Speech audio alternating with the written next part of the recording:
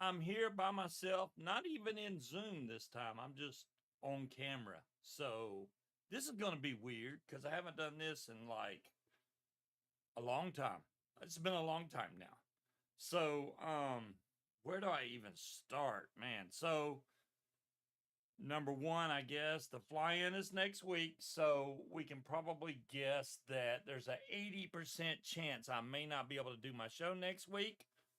Don't freak out when Friday comes and there's no show going because I'll be at a fly-in if the weather holds out. Now, the weather has been showing like rain the entire, well, actually for the entire 2 weeks, starting the day of the fly-in, like rain every day for the next 2 weeks after that. So my sound is bad. Um, Let me see what I can do to fix that. Oh, why did it do that again? How about now? Is it better now? I don't know why my sound decided to go way down. Is that better? Hopefully, because it looks like it's peaking now. I will wait. Sorry about the bad sound. Okay, good. So like I was saying, 80% chance I probably won't be able to do the show next week if I get to go to the fly-in. I really want to go because Never Trust Skinny Chef. Shane's supposed to be there. Dro's supposed to be there. There's a lot of people that's coming from out of town that's probably going to be there.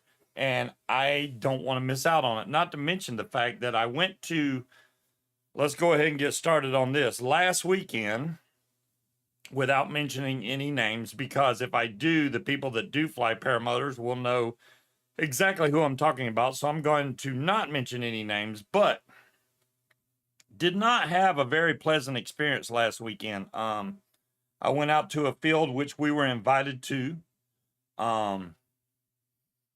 and students were being trained, which I was hoping to get to see some first flights, but honestly, it was too early for them to fly, which that's fine, no problem. So I was going to help John learn how to fly his trike. So got out there, had my motor running. I was just tooling around on my trike back and forth until the wind was low enough where I could show John, how to basically launch a trike. And I had the motor running and I came back around by my car and back around. There was nobody over there, by the way, and came back around close to where Munchkin was, but not all the way on it because she was saying blow her with the prop, which I know better than that because people can get hurt, props can explode. But somebody came out and just raised hell at me and told me that it was a staging area. Now, nobody told me that was a staging area when I got there. If they would have, that could have avoided a lot of problems. But that part was fine. But they were going through some hang checks with some students, and one of the students, they were showing basically how to get in their seat, and I was like, but can you get in your seat from a standing position? Like the people that fly will know what I'm talking about. Like if you're flying, when you take off, your legs are dangling. How easy is it for you to get in your seat? Apparently, they're trained to reach down and grab their seat plate and slide it under their butt. Okay. That works if your seat is adjusted correctly for it. If it's not, I can guarantee you're not getting in that seat. I don't care how hard you pull. So, because I've had my seat adjusted wrong before, and I literally had to fly hanging for I don't know how long, trying to pull on my risers, which is not a good idea because that's where your brakes are, to get into my seat. And anyways, that's all I said. Can you get into your seat? That is the only thing I said. So here comes this person again. Oh, blah, blah, blah, blah, blah. I got 22 years experience and blah, blah, blah. And what did he say? I heard you're trying to train students. I was like, what? No, I'm not. I don't. Anyways, so that was done. So next thing you know, I go to show John how I taxi my trike. So I went over into the field. All the students were in class or something. So it's just me, him, my trike, and a wing. So I bring my wing up and I'm cruising straight down the field. And I found out later, I'll tell you in a minute, that somebody said something, but they were like, "Oh, this ain't gonna be good." I guess the people that were watching me that I didn't know were watching me thought I was going to try to launch. That was not my intention whatsoever. I was showing him how to bring the wing up and keep it stable, which I did. Now, granted, there's only about 100 yards between me and the runway. So I was trying to make a left-hand turn to show him you can turn with the wing on a trike. So I pulled my brake pretty much as far as I could pull my left brake. My wing was below the horizon and I was turning, but it wasn't sharp enough to keep me from going a little bit up onto the runway. And as soon as my wheels hit the runway, anybody that's on a trike will know, as soon as you hit the runway, it moves really quick. So I basically just went right across the runway and I stopped, put my wing down. Got jumped on for that. You can't be on the runway. I was like, dude, I wasn't trying to be on the runway. Wasn't trying to be on the runway. But anyways, so that went down. I pretty much just sat there for, I don't know, 2-3 hours. It was pretty windy. Then John said, hey, I'd really like to go practice taxiing my trike. So I said, okay, let's go do it. So I said, you know what? To avoid any drama or conflict, let's go way on the other side of the field. And I'm talking 2-3 football fields away. So we go way over there. And set his trike down and put the wing down. And I guarantee, not even 30 seconds, here comes somebody over on a one wheel to let me know that I can't be that close to the runway. And I'm like, wait a minute. First, I can't be on the runway, which I understand. Now you're saying I can't be anywhere near the runway. So basically, I was told that I only have this 30-foot spot by 300 feet long to be able to bring the wing up and kite it. And the problem with that is his trike was facing north as the runway goes. The wind was coming from the northwest. So in order to bring the wing up straight, he would have had to turn left. Now, if he would have turned left, he would have went right into a grass field that had about 4-foot high grass. So that would have been bad. So, and I'm like, you know what, dude? Before he even did anything else, I was like, hold on a second. Because I could feel, I don't know, like spidey sense. I was like, I think the wind's about to be messed up. And I just sat there. And the next thing you know, I'd say about 20 seconds later, I could hear somebody yelling from the hangar to, hey, pack everything up, a storm's coming, blah, blah, blah. So I told John, yeah, I kind of felt that the wind was about to change. Go ahead, pack your wing up. You definitely do not want to try and bring your wing up in this kind of weather, especially your first time. So packed it up and basically at that point just went home. There was no reason to stay there. Just went home. Yeah. Well, you know, Will, I was trying to be nice. That's all I can say. I was trying to be nice. I've never been treated like that by any of those guys. And I think it was more of a ego thing. There was somebody there from the FAA, but we weren't doing anything wrong. Munchkin is entertaining her daughter and son-in-law and all the kids right now who are outside this door. So that's why Munchkin's not on. But yeah, so anyways, just came back home. There'll be another chance for John to get some training, hopefully at this fly-in. So I know he's going to this fly-in, and nobody better say a damn word to me at that fly-in because it's not going to be good if that happens. I can understand. They probably paid to rent out that part of the field. They were training students, whatever. But at that fly-in, they better not say anything to me because that's not, they don't own me and that ain't happening. So yeah, I was just trying to be nice, Will. I mean, there's no reason to start a conflict, and I was like, you know what, that's the way they want to do it. That's fine. I got no problem with that, but it just kind of sucks. They're like, no, we're having this whole field, but you can have this little 30-foot spot. No, that's not how it works, dude. Whatever. Y'all go train the way you want to train. Fine. Who was not rated as an instructor, I might add, by the way, but whatever. Open the door so me and Sadie can say hello. Oh, well, Junior was coming in here.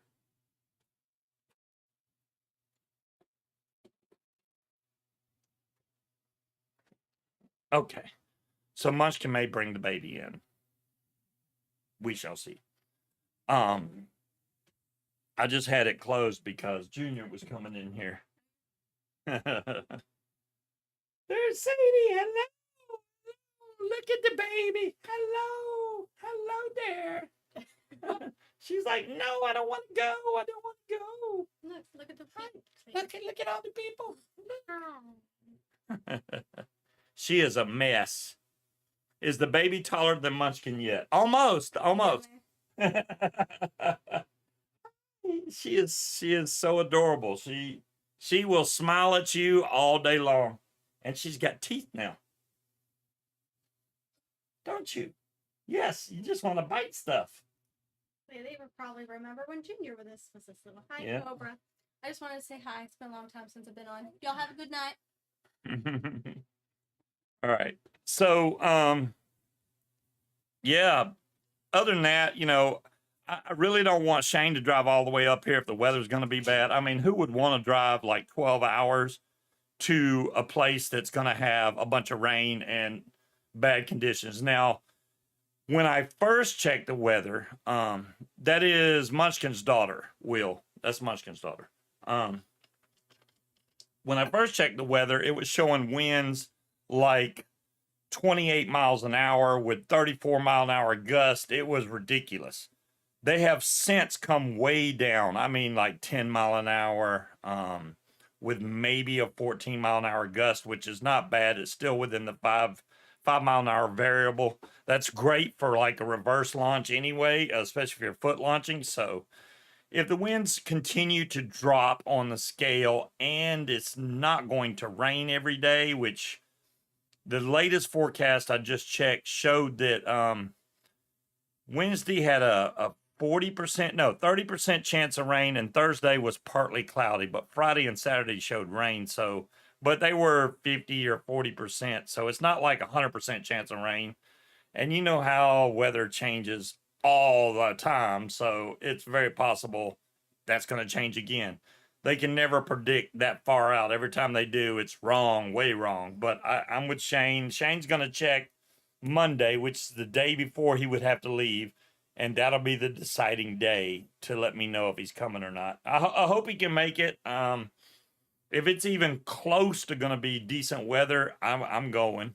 And they haven't called it off yet. Usually, if it's bad, they'll call it off somewhere on Facebook and go, "Hey, what's up, Neil? And hello, Michelle. I'm sorry, I'm trying to keep up with chat and talk and run my mouth at the same time. I'll catch up sooner or later." Especially with just me talking. I haven't done a cast by myself in a long time. It's been a minute. But, I've done it. I did not realize this mod I was vaping, which is hilarious. This little pod here that I've been vaping, which is a Geek Bar Pulse. I thought on the bottom here, it looks like a normal, well, besides the cat hair, it looks like a normal airflow slider, right? It's just a normal airflow slider. But actually, it has a button that says normal or closed, and then it has a middle button, and then it has pulse. So when you put it on pulse, it puts a big X right there. X gonna give it to you. Just saying. So when you put it on X, it gives you the most flavor. This thing has all kinds of like galaxy lights and stuff on it. It's pretty cool. I mean, for a pod anyway. No, it's okay, Tony. I'm fine. I can do this all by myself. They're visiting, and you know, I don't know. I figured if they were going to hang out any day, it wouldn't have been on a Friday, but here we are. You like that, John? Same name. John, how you doing, by the way? How's your physical therapy coming along? John's a trooper, just had big time surgery, and he's out there doing all kinds of exercise to get back in shape so he can get back up in the air, which is just awesome in my book. He is as stubborn as a mule, and I know he'll be back up in the air as soon as he can. I have not seen a nasal vape, Neil. There's a nasal vape? Are you kidding me? What is it? Vicks? That's a nasal vape. There's a question. Forgetful Red. Does Katie still have her snakes and spiders? Oh, yes, she does. She don't have as many. I think one of the spiders died, but she does still have one of the spiders and a snake. They're not allowed to have any like dogs or cats, I think, at where they're staying. But actually, they do have a dog, but I think they had to pay a pet deposit. But any other ones that they add, they got to pay even bigger deposits. So, yeah, that's why if you own your own home, you don't have to listen to that stuff. Yeah, John Wayne's the man. I really hope that all these people that said that they're going to come to the fly-in get to make it because, hey, trash bag, what's up? Because it's really a nice place to fly. I mean, I can't stress that enough. I love flying there. That's the only place I've been able to fly high comfortably, which I know is a weird feat. But, you know, if I fly anywhere around here, anywhere over in Pocosin, you got to stay low because of the jets. But when I go over to Eastern Shore, the sky's the limit, even though we're already in the sky. But I mean, I've been a lot higher on the Eastern Shore, and I didn't know dragonflies fly that high, but they do. Oh yeah, there you go, Cloud Chucker. The Asgard's always been a great RDA. I love my Asgard. I use it on top of my mage. I do believe, or I know I have the Asgard on something. No, the mage right now has the rebirth on it. Yeah, this is the rebirth RDA. This one I like too. But the Asgard I got on top of something, I can't remember what, and I haven't used it in a minute, but I like it. I wasn't a fan of the Ultima airflow they put in the top cap, but as long as you build it right, it's fine. You just don't want to melt that thing. What town is the fly-in in? It's called Weirville, John Wayne. It is, if you want to look it up, it's Campbell Airfield on the eastern shore of Virginia. It is literally between the Chesapeake Bay and the ocean. So when you fly, you're on a strip of land that's probably, if I guess, 2 to maybe 3 miles wide. But once you get past that, it's water on both sides. So literally, as soon as it's weird because when you're at the airport, you see no water, but as soon as you take off, you can see the water, both sides. And no, Weirwood. Will's got it right. I can give y'all. Hold on, I'll give you a link here. And then there we go. So this is the actual event page. If y'all want to check it out, it shows the address where it's at. That'll take you right to it. And I've also posted on the USPPA website, Airborne Distress and John McKee, who is the guy that cooks his tail off along with his wife and makes just the most amazing food every time we go to a fly-in. I have yet to bring food to cook for myself because they're always offering food. Hey, come on over, eat. And I'm like, but I just ate like 30 minutes. No, come on, we got plenty. And then you go over there and you're like, oh my God, this is so good. I can eat all of this. Make sure other people get to eat though, because I will sit here and eat the whole plate. Are dogs and cats safe in Weirwood? Frankenmeiser, really? Well, if it ain't flyable, it sounds like a party. Tony, I agree completely. But, I mean, which is pretty much what happened when we went to fly it for Gage, right? It wasn't that flyable conditions, but it was a great party. But would you make somebody or tell somebody, yeah, it's cool to come up here and have to drive 12 hours for them to just sit here? Now, I mean, if he wants to visit, that's great. But I'm not going to be like mad because somebody don't want to drive up here because they're not going to get to fly and the weather conditions are too bad. That's no reason to be mad. If they can't make it, they can't make it. I mean, I'm happy that he's making the attempt to come up here. Now, if there was a rally going on up here or something, I could probably get Will up here, but I don't think I can get Will to come up here. So, it's worth a shot. Or if he had some family that lived up here. DCF, what's up? Customs your way. I like it. I like the way you have changed your nickname.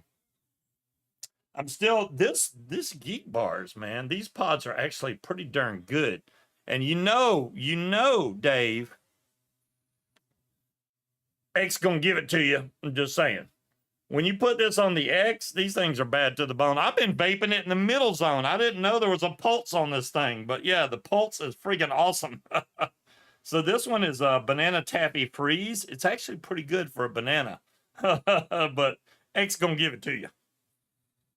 Now this one, the Quasar, I've had it for a little while. This one, I think it's not, it says 25,000 puffs. I would not agree with that at all. The Geek Bar, I think, is more up to par with what it says. The juice is going away way slower. This one, the juice level started dropping right off the bat. And right now, I'm on 0% juice level and 35% battery. Can I still vape it? Yes. Does it taste kind of dryish? Yes. Yeah, 25K at the lowest level. I get it, Dave, but I'm running the Geek Bar at middle or full, and it's still holding the juice level way up there as opposed. This one's at 53% still on the juice and 69 on the battery. But I just turned it on the prime, really? The pulse setting. But it's still really good. Her son-in-law just brought one in, same mod, but it's a different flavor. It's lemon heads, I think, which it's pretty good. It's got a really good lemon flavor to it. So I still have some that aren't even open yet. These I'm saving for the fly-in. I'm hoping they're good. This one's apple mango melon. This one says 30,000 puffs, which I don't understand because it's smaller than, I mean, look.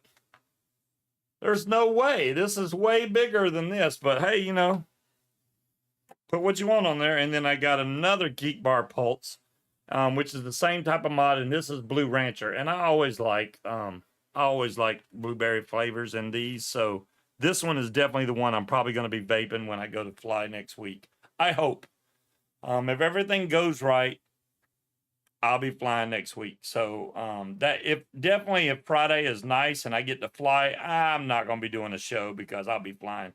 And matter of fact, the show that Dave does and Julie, they normally have it on Fridays, but since now their son's playing football, they've been moving the show to Saturday. So if y'all have not been watching, it's illness. Gotcha. If y'all been not being able to see their show because it's been on a Friday the same time as my show, then you can catch it tomorrow because they're going to do the show tomorrow on a Saturday. So if you're trying to get some good deals, head over there and get you some good deals. Go over to DCF. Oh, did you get your sticker yet, Will Fly? I know I have my sticker, which is probably right behind me. Look at that. If I can find it that fast and as bad as I am at misplacing stuff, you know I'm doing good. Not only do I have that sticker right there, I also have a Flamingo Jade sticker right there. And I have a Will Fly sticker, but it's sitting in there. I know exactly where it's at. It's sitting there on my countertop in my kitchen. So I have all the stickers. Which, this is my thing, right? Do I want to put those stickers on the gas tank of my trike? Because if you get gas on them, it's going to destroy the sticker. Or do I want to put them on like the metal bars on my trike? I got to figure out. Or do you just put the stickers on your car? I don't know yet. I'm still trying to decide where I want to put them. It ain't like I got a bunch of stickers and I can just put them everywhere. I gotta ration out my stickers. You got your treehouse sticker, Tony? Nice. Yes, I have my treehouse sticker. I just got to figure out where to put it. I'll figure out somewhere. Hopefully, I can put it like somewhere on the front of the trike. That way, while I'm filming with my GoPro, if I look down, you'll see the sticker. So Lindy will be in the air, even though she's not really in the air. Wouldn't that be cool? Oh, yeah. Well, no, okay. You're right. You're right. I can't. You know what, though? I got to say something, Dave. I didn't get not one damn sticker in my last box. Not one sticker. I was like, seriously? How could they not send me a sticker? That was the only box I've ever got with no sticker. Every other box I've got had a sticker. But my last box, no sticker. Just saying. Oh, she ran out? Well, okay. I'll cut her some slack then. If she ran out, she ran out. You checked out the plan, John? Yeah, it's the only airport on the eastern coast that has a north-south and east-west runway. So it honestly, no matter which way the wind's coming from, you can still take off there, which I think is amazing. You know, some places you have to go, well, where can I go? And this one, besides the gigantic spot right in the middle that he usually cuts in a circle like a target, you can go east-west, or you can take off north-south. Either way, most people do the north-south runway. I would say 90% of the people do north-south because that's usually the way the wind's coming from. But considering that storm is off the coast, it might be different this year. I don't know. Either way, we'll still have a safe area to take off. I can take off towards the west and still get up in plenty of time before the trees. I've done it before on my trike. It's on one of my videos. You can see me taking off towards the trees, but literally I'm in the air way before I even get close to those trees. So I'm good with that. And if things go correctly, one of I think Ryan is coming down also, good friend of Dro's. He said that he's got a chase boat that's going to follow us out to Hog Island. Now, if you look on a map at the eastern shore, you will see Hog Island, which is about 10 miles out over the water. But it's normally not a good thing to go over water on a paramotor. But if you have a chase boat, then if you do happen to go down in the water, the boat can come get you. Everything's good. You're okay. So if they have a chase boat, it might be worth the trip to fly over to Hog Island. There is I won't say a mansion. There's a big house over on Hog Island that's abandoned because it honestly gets hit by storms so much that I guess they just moved out. So it's like an empty house, and you can go land over there in Hog Island and take back off from Hog Island. And then have a chase boat to come back with you. Because I've never really went anywhere. When I fly at Eastern Shore, I usually fly nearby the airport and I don't go off. But this year, I'm going to try to change that. Mike expected to pass. Oh, that's not good, Neil. My heart goes out to Mike Vape's wife. Sorry to hear that. Yeah, there's a lot of people that are battling a lot of illnesses right now, and it sucks. It sucks. I sent you a Lady Avatar holographic sticker with your Dairy Queen sundae. I can't believe you got the Dairy Queen sundae. I know Will, if Will wouldn't have left, Will, you technically won the Dairy Queen sticker, but you left. You lose. You lost out on a Dairy Queen sundae, Will. How could you do that? I do. Angry Rodin. And welcome to the chat, Angry Rodin. I do have flotation. Yeah, that was, you know what? That was one of the first purchases I made after I got my wing was flotation. And I'll tell you why. Because over here where I live, there's water everywhere, and it would be stupid to not have flotation. You gotta have flotation if you fly over here on the eastern or the east coast of Virginia by all this water. You gotta have flotation. Because if your engine goes out over water and you have to go down in the water, you need something to at least help so that you can get out of your harness and to safety without drowning, because those motors can pull you under that water so fast you won't be able to get unbuckled. And I'm telling you guys, I've seen a lot of people go down over water, and they're usually like putting stuff away and stuff, but not really doing anything, and then they hit the water and then they have trouble getting out. If my motor goes out and I'm over water, the first thing I'm going to start doing is unbuckling every strap I got. Click, click, click, click, click, everything. So when I hit the water, I literally just have to pop out of my harness and I'm out. I'm not going to be like, oh, let me wait until I hit in the water and then try to see if I can find where my leg buckles are and my waist buckle. No, they're going to be loose. Because I sit far enough back in my seat, even if my leg straps were off, I'm not going to fall out. So, hello, Zooted, what's up? So, anyways, I mean, I don't want to talk about paramotors the whole show, but that is what's coming up next week. I know better than to try to broadcast it live like Dro does. That's not happening. Dro's got a portable modem he brings with him. So he has like 5G internet while he's flying, so he's able to broadcast stuff live. I can't do that unless Dro brings some equipment and then lets me use it so that I can broadcast while I'm up in the air. It ain't happening, I'm telling you right now. So the only other thing I've thought about doing is changing my microphone that goes to my GoPro instead of using the PPG smoke headset audio, which lets you hear gaggle and phone calls. And I'm just planning on using like a regular mic straight into the GoPro, which, yes, you'll hear motor noise, but I think it honestly sounds better sometimes than what the noise canceling mic does on the smoke headset. So have I got anything good off Temu? Ooh, that's a good one, Will. You know, I haven't bought anything from Temu in a little while. It's been a minute, so I can't say that I have. There's stuff on there, yes, I'd like to buy, but I've been stretching for money lately, man. I have not had it. I've been trying so hard just to keep my credit card payments going so that I don't, default on any of them. I don't want my credit score getting whacked. So I've been paying regularly on my credit cards, which keeps me at a balance of nothing pretty much. So this paycheck I just got is the one that I can use to spend money with, but I've been trying to keep it down. The two things I bought were both less than $15, I think.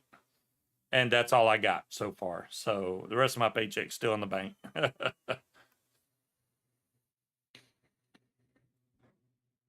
This is starting to do a little bit better on battery power. My big old LiPo mod, and somebody, it's funny because I had an agent show up to my job and saw it, and he's like, "Oh my God, dude, that thing could kill somebody. I have to hit it. Can I hit it?" So I let him take it outside and take a big rip off of it.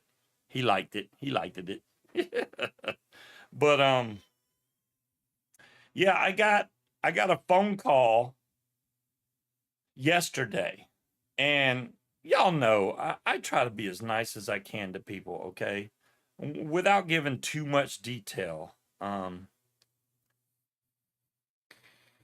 This person that called was not even a client of ours. It was not even the other side client. It was the daughter of somebody that basically were getting evicted from their home. Okay. They called because they got a letter from our firm that told them they had 5 days to pay or they're getting evicted pretty much. So they called And I told the lady, I said, I'm not allowed to discuss anything with you. You are on the other side. I would suggest that you get an attorney, or you need to pay whatever you owe to keep from being evicted. Is pretty much what I said in just a nutshell. And that was the end of conversation. An hour later, she called back. And I don't cuss a lot on my channel, but I'll tell you what she said. She called and I told her who I was and, you know, what the name of my company was. And she said, I just want to let you know that you were rude as fuck and you're an asshole. That's what she said, word for word, and hung up on me. So there you go. And I was like, wow, I don't normally get phone calls like that. I had a phone call today that literally went on for 40 minutes. I kid you not. Now, I have to answer the phone all the time at work. 40 minutes takes me away from being able to answer the phone because I'm on the phone the whole time. And I tried to talk, but this lady would not let me get a word in at all. Not to mention the fact that she wouldn't even give me the reason that she was calling. I was trying to find out, well, what type of case do you have so that I can help you. But eventually it got to the point where they said they were being kicked out of their house because they had Alzheimer's. And that is not a reason to be kicked out of a house. So I don't know what the true story is, but that's what I was told. Not by us or anything, just somebody that also lives with her in the house was kicking her out because she had Alzheimer's. And it was a 40-minute long story. I literally got to hear about this woman's entire life. My ear was confiscated by her and I just put her on speakerphone and just sat back and listened because I couldn't talk at all. Let the hate flow through you. Darn thing. So, you know, most of the time work goes okay. I have had to work. Normally, you guys know that a couple days out of the week, I get to work from home. The times that I get to work from home, sometimes I can get stuff done. So instead of like at work, I don't even take a lunch. I literally work right through lunch. I never take a lunch break, but at home I can. So during that time is like when I like to do laundry or something like that. Since I'm at home, I have not been able to do that because we have no other, our other receptionist that we had left the company. So it's just me now.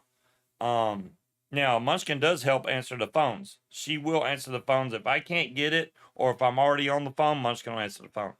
We have other people that's supposed to answer the phone, but they never do. Go figure. They've never, ever picked up the phone, even though they're supposed to be our backup. So whatever. But so I had to work this entire week and part of last week and part of next week before somebody else is going to start helping with the phones.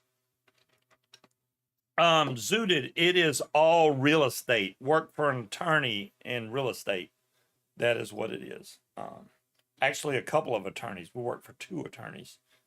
Now Munchkin makes more money than me. Hell yeah, she does. I make what Taco Bell drive-through person makes right now. But to be honest with you, I had no job when I came to Virginia, so me just being able to work and actually, you know, pay bills and the mortgage is good for me. I don't want a stressful job again. When I was in Georgia, yes, I made more money. I was able to buy a lot more vape gear and show y'all a lot more stuff because I made more money, but I don't make that now. So it's a little more difficult. And I don't expect any kind of subsidies or money coming in or sponsorships or any of that stuff to help me be able to do that. I just do it when I can or when I find something interesting. I will take money out and buy whatever looks interesting in the field. Now, the problem with that is I don't watch literally any other reviewers right now. And I mean 0. I don't watch anybody's reviews, and it's not out of hate or anything. I don't have time for it. I don't do it. So, and I know there's a lot of good reviewers out there, but I just don't. Well, one of them totally, basically backstabbed me. So yeah, I don't watch that channel anymore. So you don't talk crap about somebody that you're supposed to be friends with and then laugh about it. That's basically what happened. So there you go. But hopefully everybody else's week has went great so far. I mean, it is Friday the 13th, so I think, it's probably going to be a weird day. It's going to be one of those weird days, maybe a weird weekend even. Lots of stuff is coming up here soon. We have, besides the flying that's coming up next week, then Ryan Rides is going to be doing a drone. Maybe I shouldn't be saying, maybe I don't have the right to say, anyways, something's happening here in Virginia next month that I should be able to attend for free, which would be awesome. But yeah. Yeah, Neil, I agree with you 100%. The new vape gear is pretty much the same thing, just version 2. I like, and I'm sure the viewers appreciate, I like innovative stuff. I like when companies push the boundaries of what we already vape on and try to make it better. That's what I like. I watched somebody last night on a show. Was it last night? May have been the night before. That tried to, and I kept my mouth shut. Linda knows because she was there.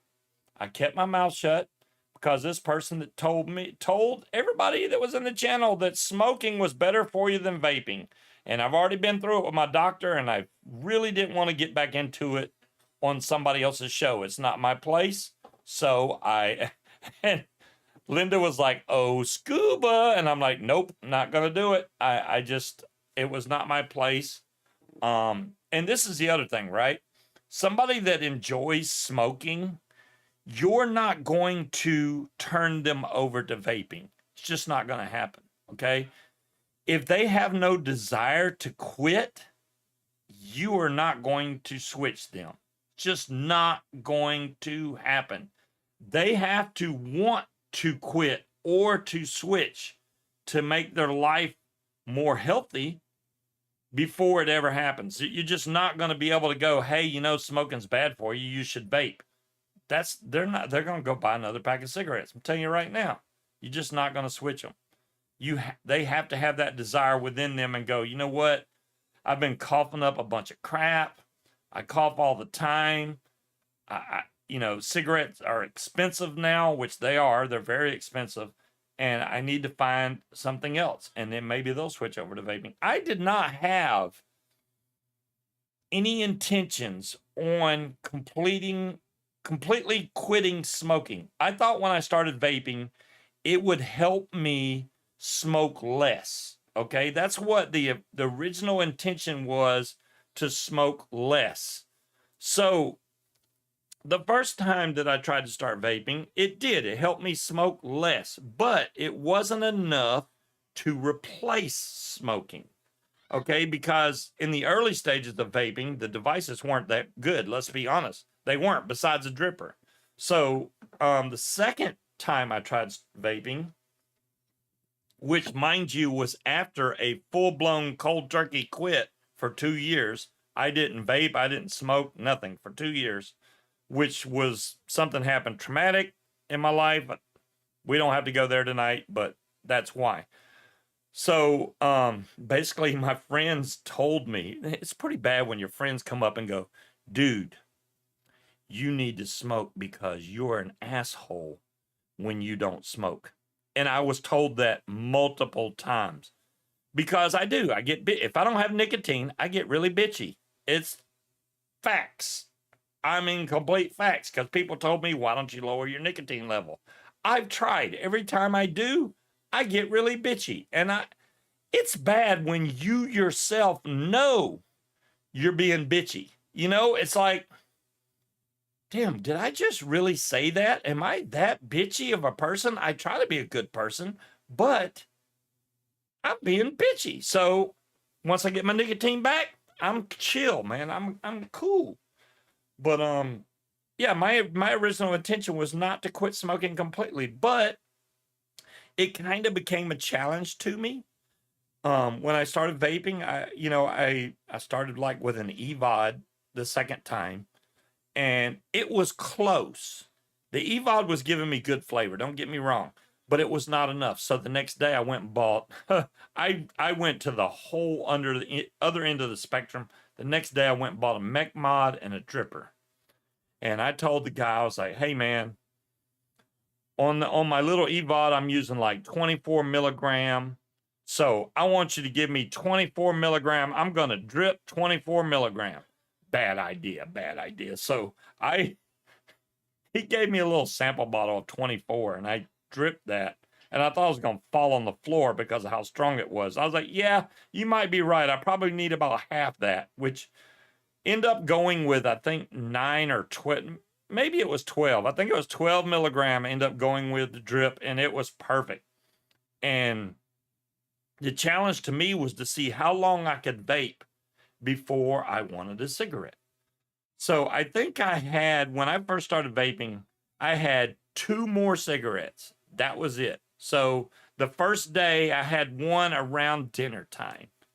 And then the next day, I don't know, it was just kind of a thing. I was like, you know what? Let me just smoke one for the hell of it. So I did. But then after that, I was like, you know what? I want a cigarette, but I don't really need it. I could just vape. And that's what I did. And then that snowballed. And then my next big challenge was, because anytime I would drink a beer, any kind of mixed drink, any drinking whatsoever, I would smoke like a freight train. I mean, I would smoke like a freight train. So my next big challenge was, can I drink and not smoke a cigarette? And so I said, okay, I'm going to try it. So I went to a party. I had a bunch of drinks. Didn't need a cigarette one. I vaped and I was good with it. And I'm sorry, I will try to catch back up with Chad if I can. I was just trying to get through this long, boring story, apparently. But yeah, I was able to get through that and not need a cigarette. And at that point, I knew I had it beat. And the first, I don't know how many months went by. Cigarettes at first smelled good. And then it switched over to, oh, they smell so bad, I don't want to be anywhere around it. Then it moved over to, it doesn't bother me anymore. It really don't. Sometimes it smells good just to catch a passing whiff, but it doesn't bother me. Now, I know I could never hit a cigarette again because it'll make me sick to my stomach, but I'm okay with it. I'm not a hypocrite. I'm not going to sit next to a smoker and go, yeah, get that crap away from me. Even though I've seen people that smoke and people that don't smoke literally wave away vape like it's the plague. Oh my God, that vaping stuff is going to kill me, even though they're smoking a cigarette. I'm like, seriously? Whatever. But, all right, let me see if I can catch some stuff, what y'all said. Scuba, have you tried the nicotine pouches? Oh, you've been thinking about trying that in a place you can't vape. Yeah, Neil, I've never done the nicotine pouches. I did try the patches when I was first trying to quit cigarettes. The patches, to me, seem to work pretty good as long as I backed it up with a cigarette, which I know defeats the purpose. But the patches made me smoke way less, and then you're supposed to eventually start bringing the patches down in milligram strength. But once I did that, then the patch wasn't enough. So the vaping filled that void that the patches wasn't taking care of. Let me see if I can see anything else. Hello, Breeze. Kramer, Angela. Did you read that vape juice is being poisoned with fentanyl in the South? There are cases. Really? Are they starting to put fentanyl on that too? Well, you know what, Angela? The good thing about that is I have Higgies and DCF, which either one of those companies I can trust.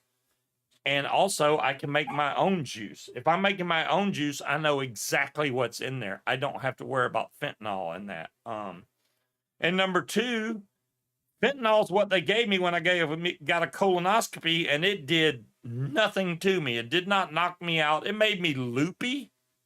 I guess that's the best word for it. I guess I was a little loopy, but I was still wide awake for the entire colonoscopy, which was weird to say the least. I'm like, this dude is really digging around and I'm awake. What the heck? The American stuff is crap. Yeah, Will, you're probably right about that. You're probably 100. And I know you've had like pouches and snus stuff. Snus. Never done snus. What is fentanyl? Cloud Chucker, it is a bad drug. It's usually used to put you under, like anesthesia. That's usually what it's used for, but people are using it to get high and stuff, and used in the wrong amounts or not in a pure form can kill you. So yeah, just avoid it if possible. How about that? That's the best way to put it.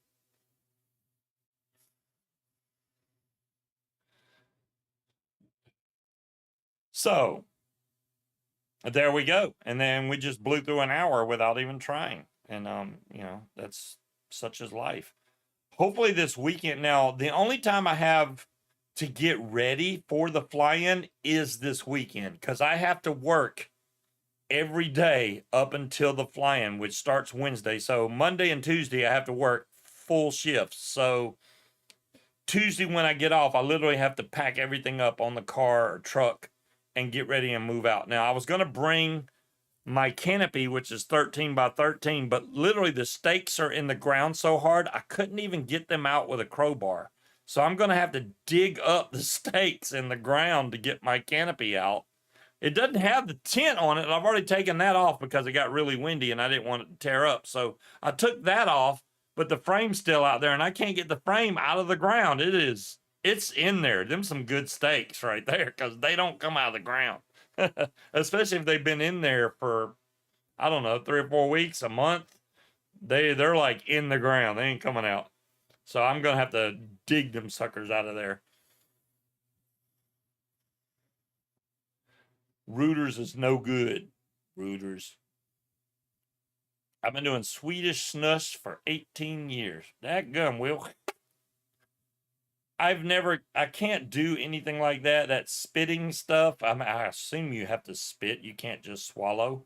The only time I've ever had anything like that was when I went to a carnival and some probably not so nice friends was like, "Hey man, let me give you some Red Man Chew." And I put that stuff in my mouth and end up swallowing a lot of it. I didn't know you were supposed to spit it out. And then they put me on a swirling ride, which made me very sick to my stomach. I don't think I hurled, but I was really close. That was not nice to do. Because I was too young to even be doing that stuff.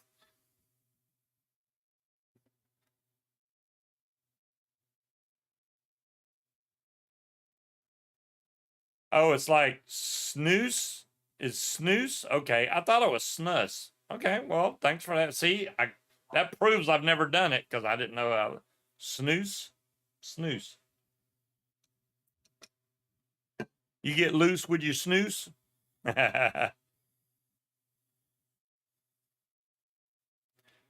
John Wayne is just hanging in there so good. I can't wait to see him get back in the air again. I really miss seeing his videos and his commentary that he puts on there sometimes, which is hilarious. Him and Bill H both, they're some funny dudes. And Will, whenever he posts a video, which, you know, may be rare, but he does. He posted a Facebook video not long ago. He got to fly on a plane. That was pretty cool. I post pretty much every time I get to fly it, unless I forget to hit record, which my last flight where I got in trouble, I hit record, but I was doing it backwards. I turned it off when I flew and turned it on when I landed, so I missed the entire flight. So there's that, but like I said, it was probably good that I didn't record that flight because they were not happy with me over at Langley or well, the FAA didn't really care, but Langley was not happy about it. And I mean, but I worked it all out. I've already taught the FAA twice.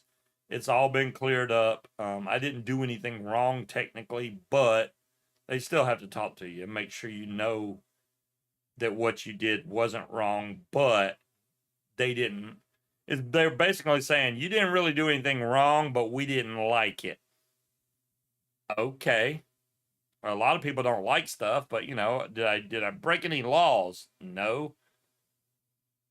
Did I get fined? No. Okay. Well, there we go.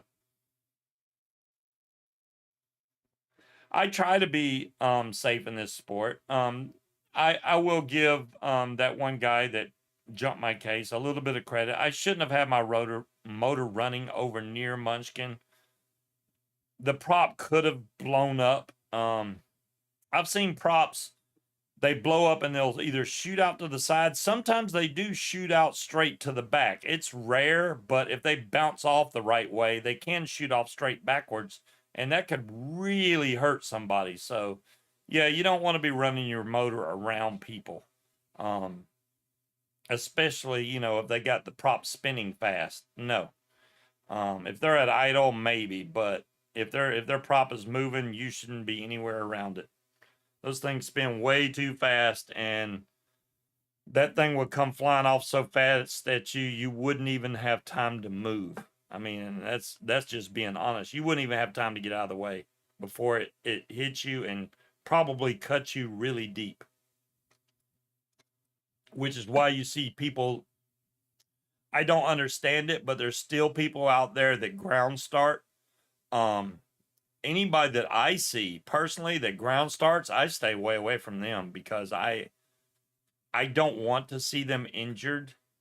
But you also can't if you go tell them not to do it, are you being a butthole for doing that, or are you just trying to keep them safe? I mean, what do? You see somebody ground start the paramotor, and you go over, and if you try to tell them, hey man, you probably shouldn't do that, there's a good possibility you might get hurt.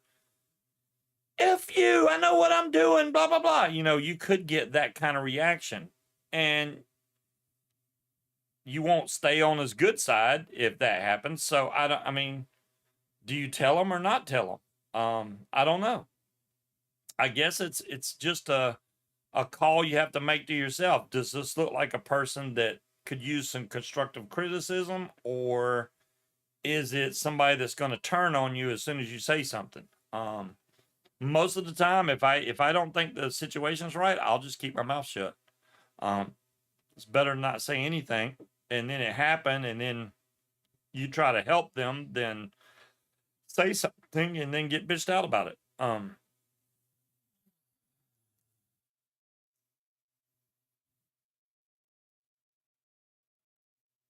Both of your exes chewed, Bear Mom? Yeah, say hi to Munchkin. Hi, Munchkin. She's back there. She's out there entertaining. And Kramer's got that big old Triox wing, which I saw that somebody has one for sale that they're bringing. If they come to Soar the Shore, they'll probably have it with them for sale. And it's not a bad price, but man, I just can't afford to do it. It's a 38-meter wing, so it's a good size wing, and it's only got like 8 hours on the wing, so it's technically like a brand new wing.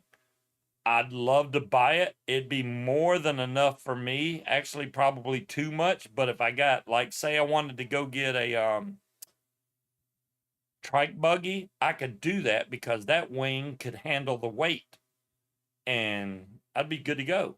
But it's like, I just can't. I mean, I think they had it for sale for like $2,400, maybe $2,500. That's not a bad price for a barely used 38-meter Triox wing. Just saying. Yeah, John, and I'm with you there. You don't tell anyone what to do as long as it doesn't affect you. Now that I get behind that 100%, but then again, does it not affect your conscience knowing that say he does that and he gets hurt from it? Will it make you feel bad knowing that you didn't say something? That's where my mind has the problem. If I think to myself, okay, I didn't say anything to this guy and he end up putting a big gash in his arm or chopping off his hand from his prop because I didn't say anything, that would get on my nerves. That would make me feel bad because, hey, you could have stopped that guy, but you chose to keep your mouth shut. That's the part that gets me. So it's like, if it wouldn't bother you, then it's fine. To me, it would bother me. So I feel like I have to say something. Unless I know that it's going to be backlash from saying it. Like if the guy acts like he's the best paramotor pilot in the world, and if you go to try to tell him, hey, you shouldn't ground start, you know you're going to get backlash. Oh yeah. I could do that, Will. I will have to join Zoom so that you can do it. But give me just a second. I'll figure this out.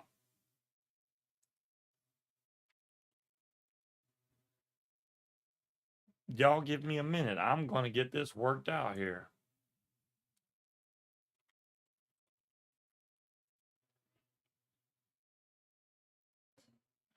All right, I'm going to turn my camera off, but my mic probably will still work.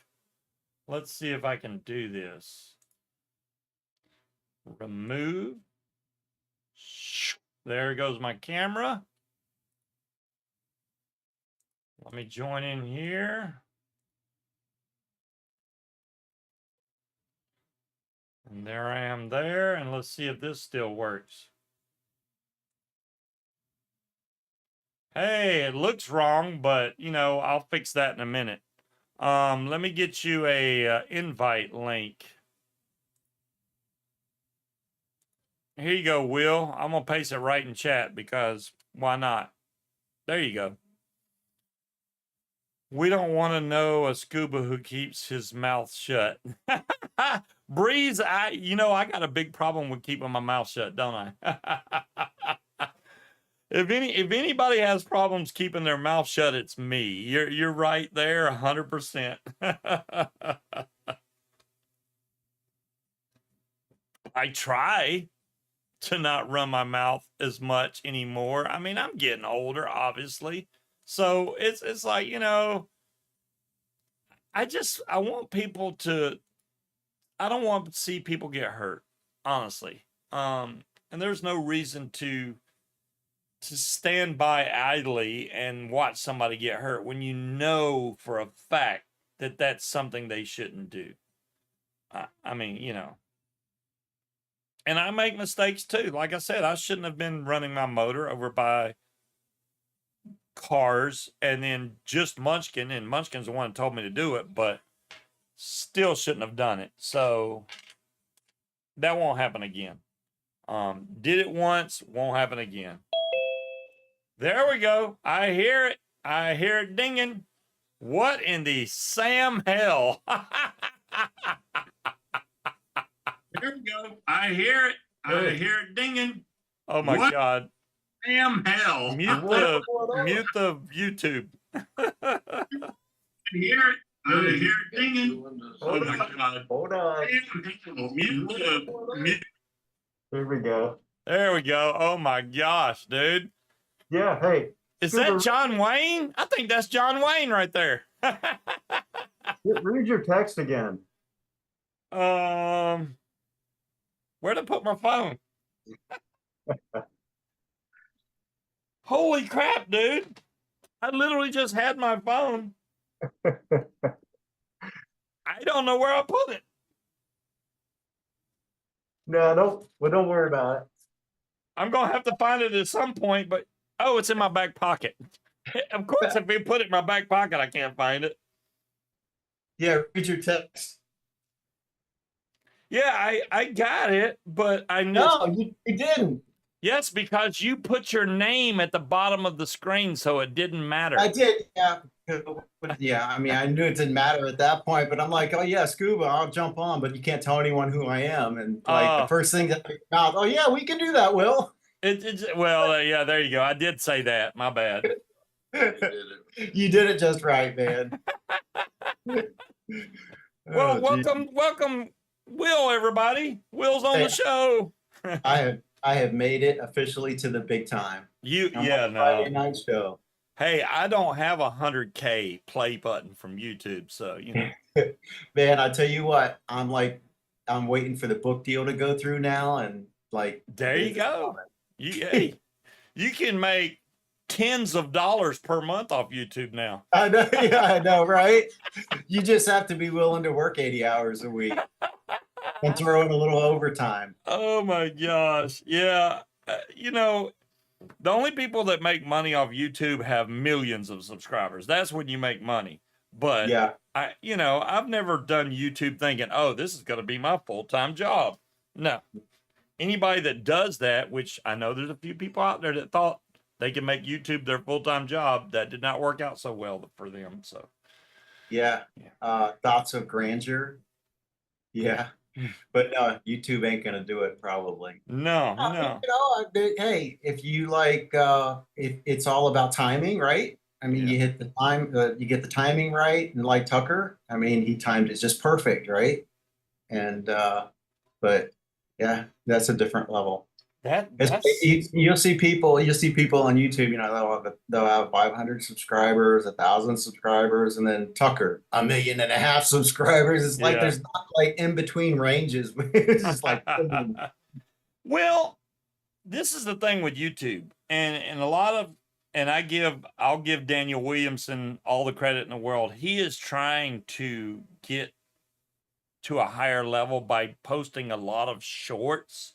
Because honestly, shorts do get you a lot of views, but does it get you subscribers? Kind of. It does. It does indeed.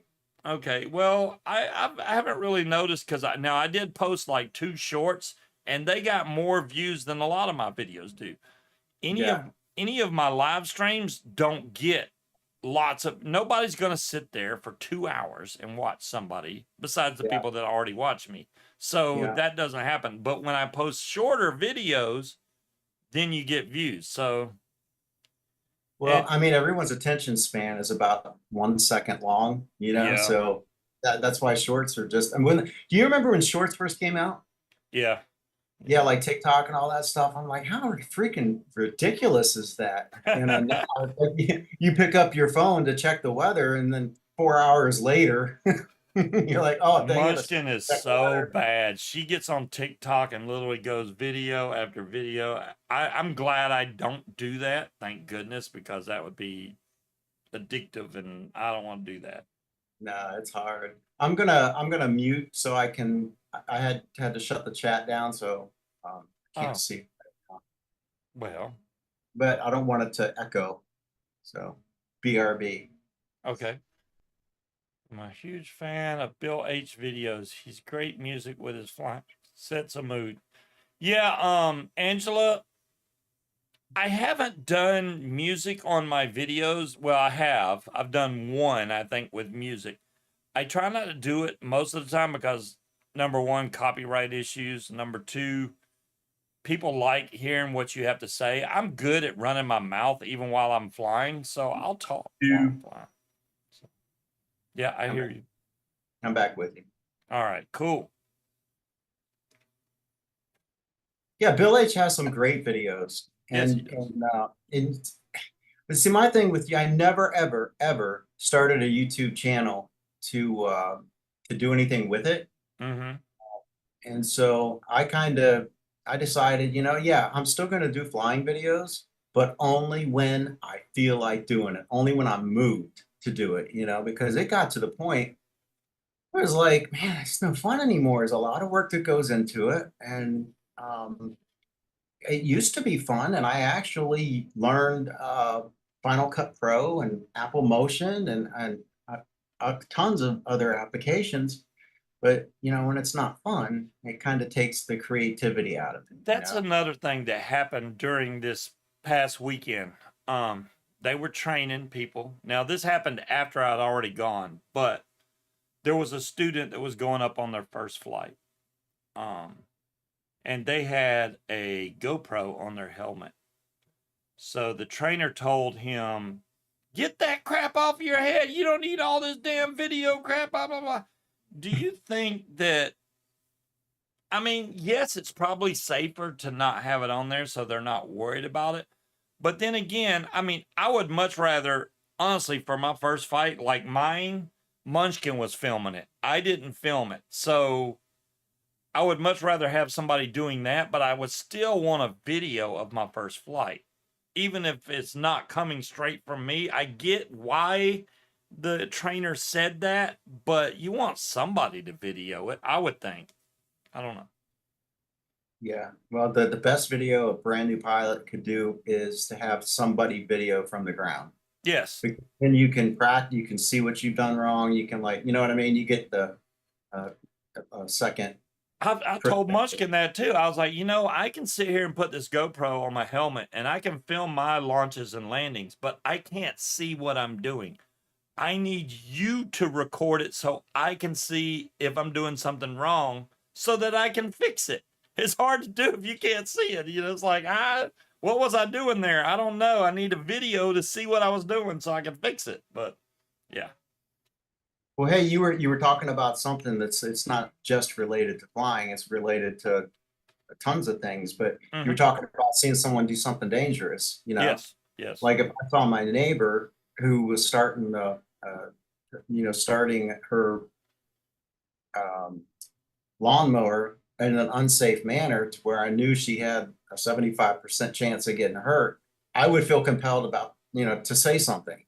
And I get it. You're dealing with the egos, people's egos and stuff like that. There's all types, but man, it's about keeping my side of the street clean.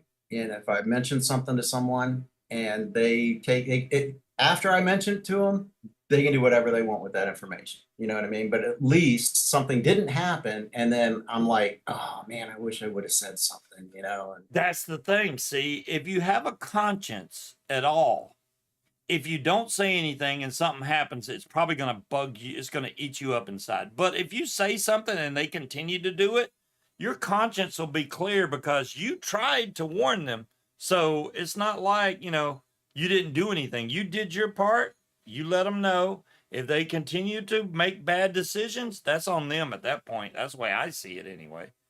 Yeah, yeah. But it may be the same thing, right? Even if it was like related to any topic, if you see someone doing something unsafe. Right. Oh yeah, anything. Hey Craig, what's going on? Craig B. Oh, you got two freaking Australians in the house. Do you realize that? Hey, we like the Australians here. Dude, you are international. Internationally known, man. I'm known to write the microphone or something. But that would be not internationally known to rock the microphone, I think. But yeah. Yes. Is it locked again? My bad. Hold on. Kramer. Is that Will I see that took my spot? Yeah. All right, I thought I did. The girl They can't see you. Get on. I need to refill my drink. You sit there and talk for a second. Yeah. You stole. You are in my spot. I know. What are you doing in my spot? You got to get the elbows out. There you go. Yeah, the grandkids came over to visit. So that was your daughter. Yes. Okay, and that was your daughter's little girl. Yes. So do you have one grandchild? I have 4. Oh wow. And what age? 11, 10, 3, and then Sadie, who's like, not quite a year. You're gonna be busy. You're gonna be real busy. I'm tired already. I'm tired. It started all over. Hi, everybody. Yeah. Yeah. I'm tired already. I guess they got bored, so they decided to come visit. This is very weird sitting in this setup. I don't enjoy it. You look a little short. Yeah, I feel like I'm sitting on the floor, and my camera is angled Who's very much. there? That's your problem. Tony, it is a very expensive Christmas. Yeah. The little ones, it's way easier because little kids, you don't have to do a whole lot for them. The big ones, they're getting a little bit more expensive, and they ask for stuff like, "Can I have a cell phone?" No, no, you cannot. I don't even know where his camera is. Where is the camera? Is that right in front of me, right there? Okay, That's it. Yeah. So it's not too bad, but it's only going to get more expensive as they get bigger. But, Yeah. Well, I growing up, like all my family was in Ohio, but we'd go up to Ohio for the Christmas season, and it was a lot of fun going around to the different stores and shopping for this person and shopping for that person. I mean, it was manageable at that point, but it got to families grow and they grow really freaking They do. fast. The older you get, and it just got to the point where, man, there's Hi, Angela. no way we can keep up with this. So. Well, like what we did, because my sister has 3 kids, and then all of them have children. So once they started reproducing, we're like, okay, we're only going to get presents for children under 15. Everybody else, and we just started like baking. So, like we'd show up at mom's on Christmas and somebody would make brownies, somebody else would have cookies, and then we just split it all up. So we would just have snacks and food. So that worked for me because I can do cookies. I don't want to do brownies, but I came home with brownies and fudge and all kinds of other stuff. So and my niece made it all moonshine seems one year. to, the hub, at least in my family, the hub was always the grandparents' house. Yeah. Or the elderly, or the eldest, the oldest, whatever. Yeah. So everyone would go over to the grandma's house, and then depending on, they'd either have Christmas morning, or they do it there Christmas Eve night, so Yeah.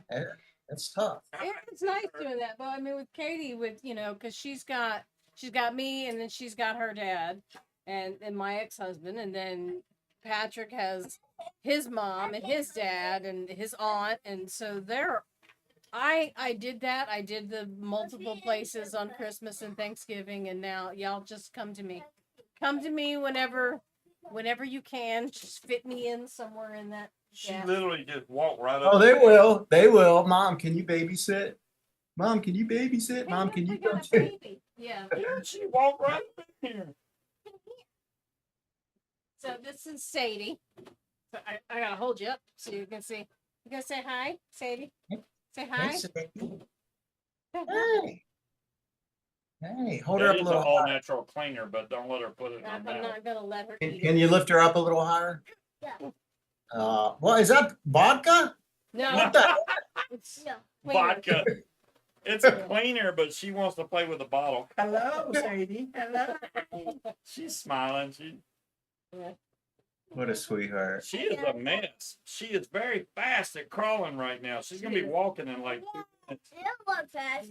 Yeah. It'll be interesting to see how she grows up and how she interacts with technology. She's gonna be the Yeah. next paramotor pilot and don't even know it yet. Okay. Probably. Yep. Or maybe Junior will be. I don't know. Stop picking your nose. Mommy will probably have something to say about that. Maybe. Maybe. Who knows? They haven't even come watch me fly yet, slackers. All right, I'm gonna give Scuba his seat back. Oh, Yes. and the dog's in here. Take them all with you. They're all. Why is the dog in here chewing up my stuff? Hey, dog, get out! She's eating something. Get out, dog! In here with you. Hey, get Come out! on. Get out! Thank you. Goodbye. Have a nice day. Come again. So Walter says that's a beautiful child. Kramer says, "Oh, she's so cute," and Angela says, "Oh my God, she's adorable." I would not normally brag about babies, but that baby is darn cute, man. She is. I've seen some babies you're like, yeah, I wouldn't be bragging about, but no, she is very cute and smiles at, well, at least at me. Every time I say something to her, she just smiles, and she got little teeth now, so it's just adorable.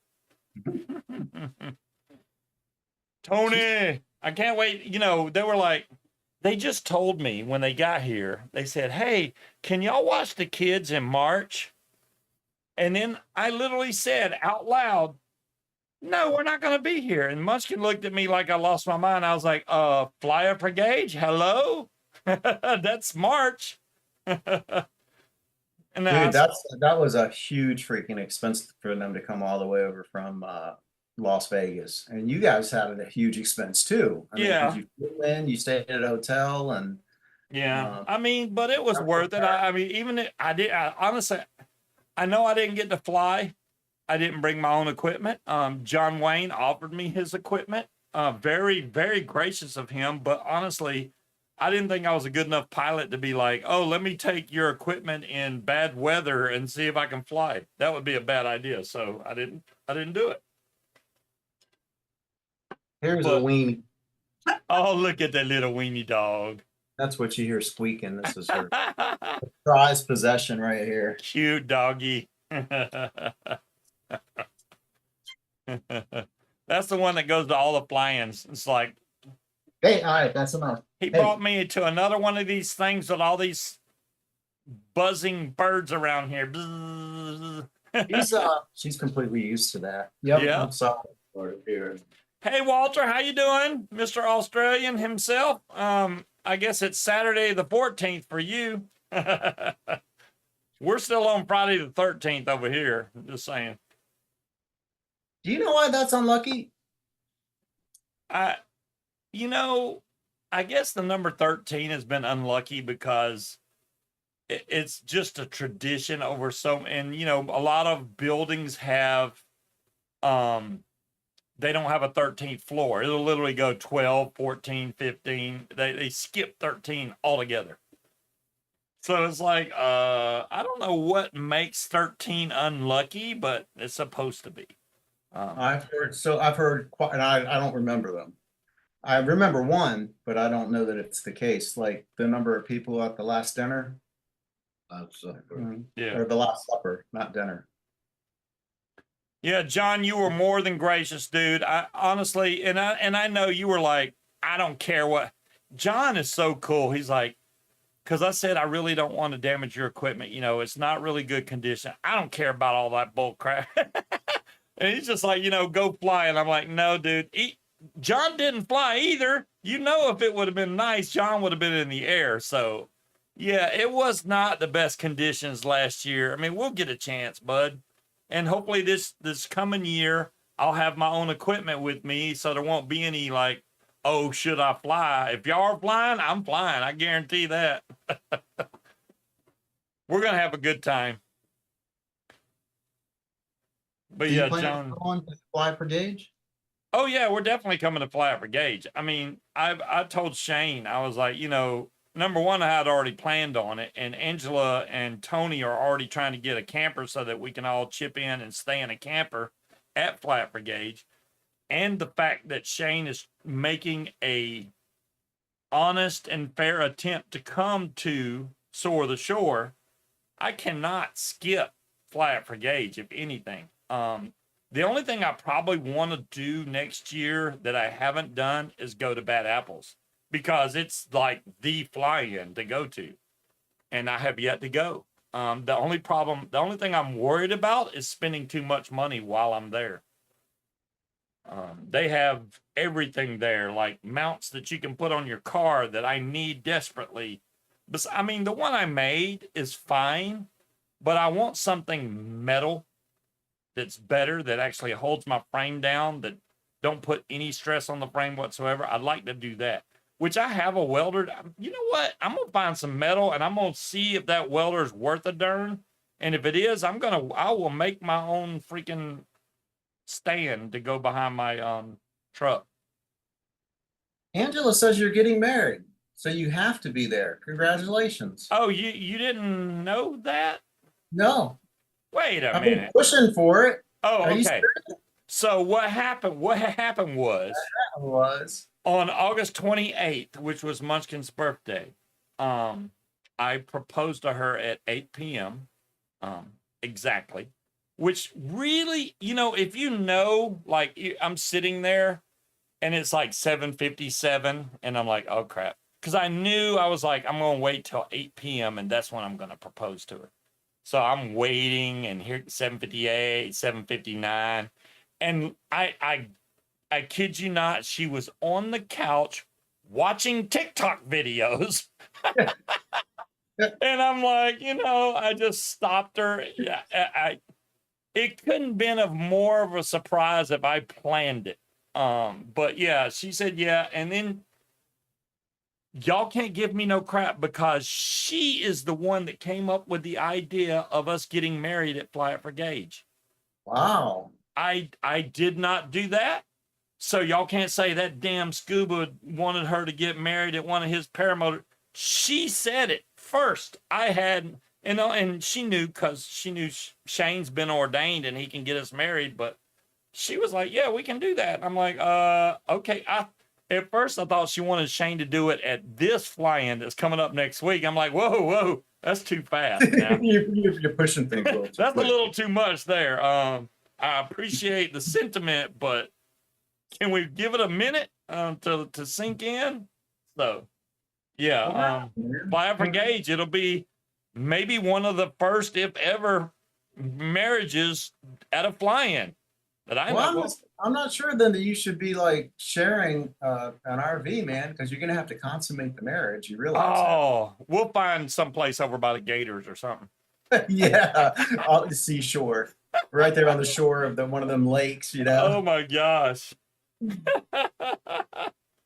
That's awesome. Is Walter leaving already? Got to go out to the races. Okay, Walter. He's like, hi, Harry. How you do? Okay, got to leave. Got to go to the races. Okay. Yeah,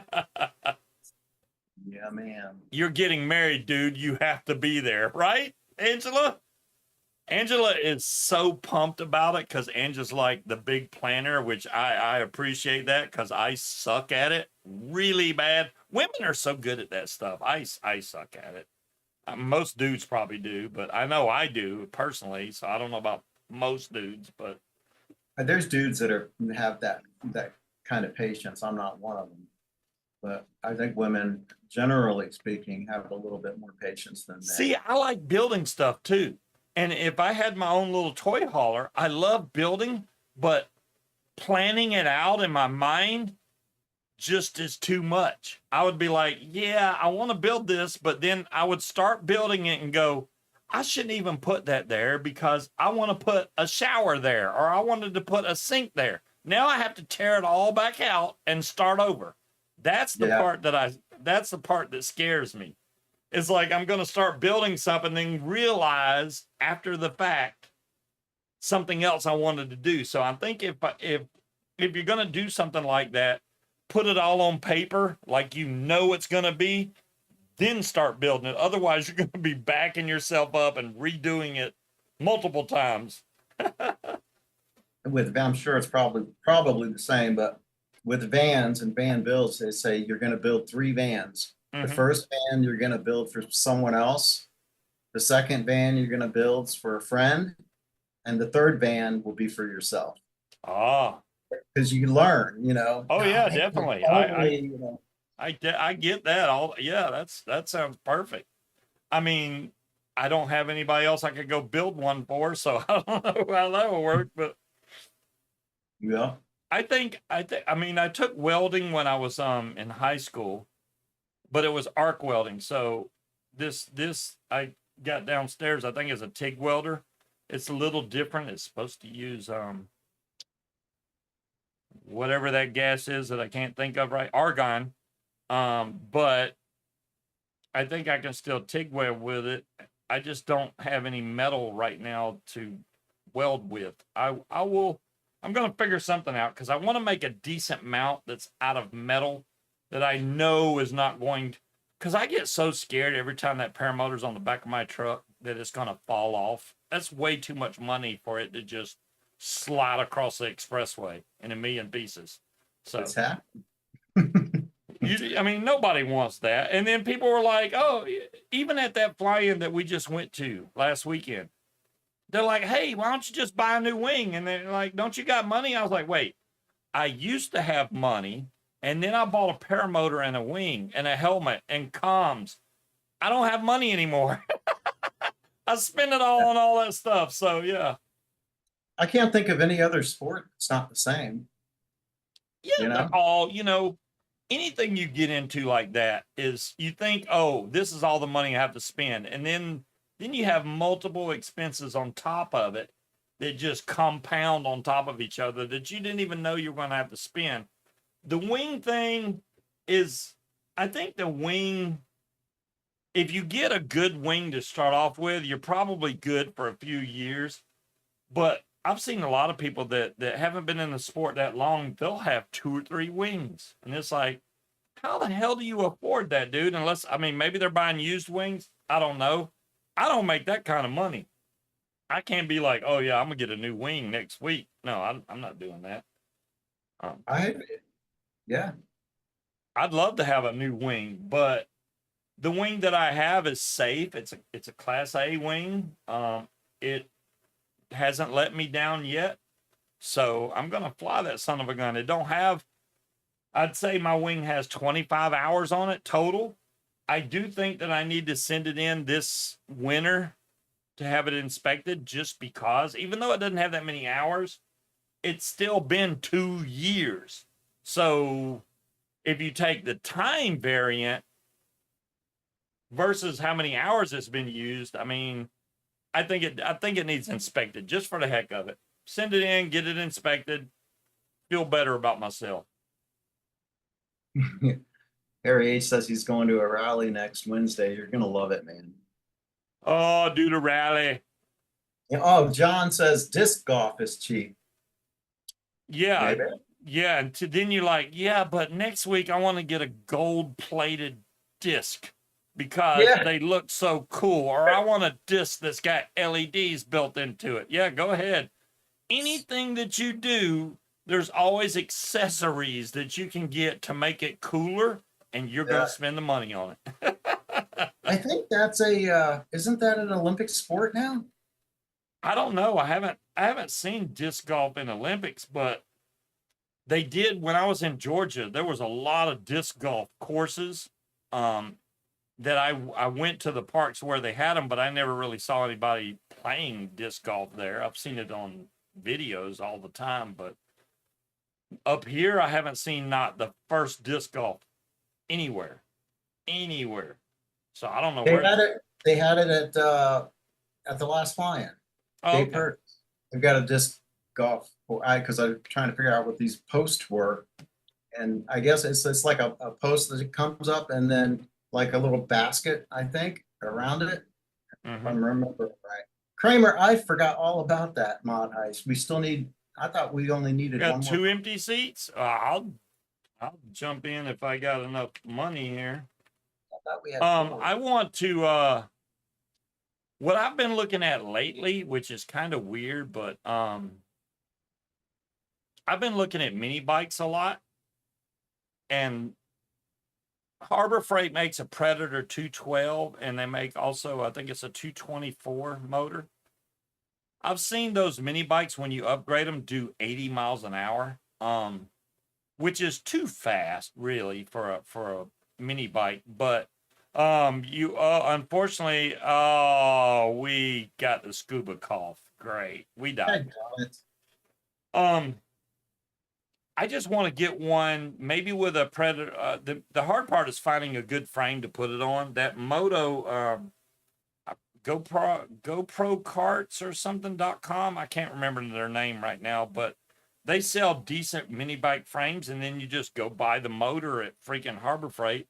And there's so many upgrades you can do. The flywheel, the piston. I can do all that stuff, but it's just buying the stuff to do it. That'd be fun to do. It's almost like tearing apart a paramotor, but yet you're tearing apart a motor for a mini bike. Same thing, though. Cars and Cameras does that a lot, John Wayne. See, John Wayne knows. Cars and Cameras talk about it all the time. Yeah. Man, I don't know about a motorbike, although I love motorcycles. But I think if I'd get anything, it would be a small electric bike. Yeah. See that you bring up a good point, because the problem I would have with it is space to put it, because I don't really have. You can't just throw a mini bike in the back of your SUV. So the only thing that really fits back there, damn one wheel, is a one wheel. They're dangerous though. I mean, yeah, they get it done, but I wanted something. I like gas powered stuff. I really like gas powered stuff. So mini bike would be cool. Finding a small enough one is the hard part. Or one that's you can break down and fit in the back of a car. That would be the way to go. A portable mini bike. Yeah, Those portable mini bike. Groms are pretty small. Yeah. I mean, I've ridden those. I like the Well, Groms. the Grom, yeah. Then they have the Rascal is really small. They have a light version and then the standard version. The standard has suspension on it. Suspension is great if you're going on longer trips, but just riding around a fly-in, you don't really need suspension that much. So you can get away, and that bike's only like $500 with a motor. Now the motor that they give you is only like 8 horsepower, so it's not really.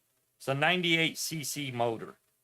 But you can buy one of them Predator motors and the Predator motors are dirt. They're like $150. Put it on there and you'll be good to go. Take the governor out, you can fly on that thing. Do at least 40 on it, which is what those electric bikes do. So why The not? nice thing though is the electric bike is completely quiet. Right? For the It is most part. completely quiet. I give you that. And the ones that Nick has are absolutely amazing. They're just expensive as crap. That's what makes me go. "Mm." Yeah, every time I ride one of those, I say the same thing. It's the Cadillac of all freaking e-bikes. I mean, Yeah. it's just the Cadillac, but it's more than I need. You know, first of all, I want to be able to fold. I want it to like fold up a little bit so I can take it with me. I've seen those that Tractor Supply has, John. You're right. They do sell a decent frame. Not the best motor on it. Those Tillotson motors are really nice. So maybe I'll get one from her. I don't know. I'm not in a big rush to do it right now. Maybe next year I'll get one. I'd like to build something like that though, because Munchkin can ride it too. That's the thing. I want something that she can jump on. Hey, I need to go to the bathroom. Take the mini bike, ride it over to the bathroom, come back. She is capable enough of doing that, I think. So that's what I wanted. I want to get something like, because if I put her on a one wheel, I'm like, she's gonna trip on it and break every freaking bone in her leg, and yeah, that wouldn't. And they cost twice as much as the mini bike will cost me. The good one wheels are $2,300, and that's for the cheap one. The new ones are like $2,900. You're almost $3,000 for a one wheel. Come on, man, bring the price down, dude. See that. I'm trying to. Oh no, that's not it. I was looking it up on Harbor Freight. See you, John. See you later, John, John. you take care of yourself. Keep doing that physical therapy. You are going to be in the air in no time, bud. Before Christmas, we're going to see you in the air and making videos again. Guarantee you. I miss that dude. Yeah. I guarantee you. So I'm not seeing many bikes on Harbor Freight. I wonder if it's Tractor Supply. Yeah, Tractor Supply has the mini bikes. Harbor Freight only sells the motors, the Predator motors. Okay. So Harbor Freight sells the motors. Is it Go Power Sports? I know it's something like that. They sell like everything. Yeah. Let me see if I'm right. Yep, gopowersports.com. If you're looking for any kind of mini bike, they got everything. I'll post a link in the chat. Oh man, they've got a ton of mini bikes. Yeah, they do. I See, the didn't know that. Rascal GT is on Go Power. How much is it? Let's see how much it costs. It costs. Bing. Oh, wow. That one is way too expensive. Never mind. That one's How much? $1,400. You can, like, if you go to bestsellers and go to bestsellers mini bike on that site, then you can find the one that I really want is the Mega Moto with the either the 212 or the 224 motor on it, and they range from $995 to like 1,500. So You know what? That's not bad. I no, mean, it's not bad. I mean, spend and $3,000 on a one wheel. yeah. See, you can buy just the motor for $238. If you can get the frame, that's the problem buying just the frame. They sell just the frames for like $600, and you can buy the motor for $230 and save yourself some money. But it just, yeah, you know what, Paramom, I have not really heard a lot of chatter about JT. I wish all the best for him and his family. I can't even imagine what kidney and liver failure. Holy moly, man! Wait, JT who? JT Wardle, What? you didn't know? Oh my God, No. dude! Yeah, kidney and liver failure. Oh, that's terrible. Yeah, I saw that and I was like, wow, dude. I'm gonna get a link. I'll show you so you can. That's horrible. JT is such a swell fella too. Yeah, I he's a mean, cool dude. All right, there we go. I got his GoFundMe link. I'm gonna put in chat right now. It tells you all about what's going on. Why can I get out of this?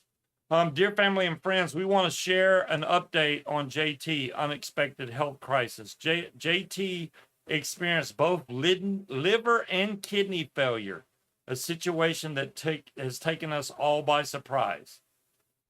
While he has had some limited insurance coverage, the cost of his ambulance ride from St. Augustine to Gainesville, extended ICU stays, and liver transplant are significant financial burdens. So he has a GoFundMe, which they have a 10,000 goal, and they're already at 8,135. So they're getting close on their goal. Now they did post an update. They did say his condition is improving, but they're still on the liver transplant list. So we'll have to see how that goes. But yeah, I wish nothing but the best for JT, him and his Live Life Love.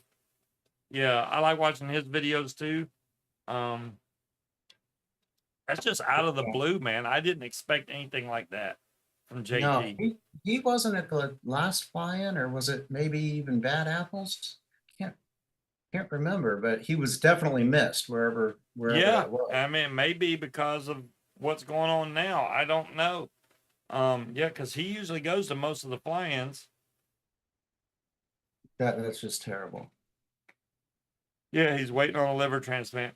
Yeah, Linda, and there's no telling how long he'll have to wait for that liver transplant. You know, there's not a lot of people that are organ donors anymore. They just feel like they don't need to do it. I don't see why not. I mean, if you're dying anyway, why not, use your liver to help save somebody else's life? But that's their prerogative, and I can't go either way on that. I mean, but I just wish more people would become organ donors. I honestly think, I know in Georgia, they at least gave you a $10 discount on your license if you were an organ donor. I don't know if other states do that or not, but in Georgia, they give you a discount if you're an organ donor. Well, they ask, at least in North Carolina.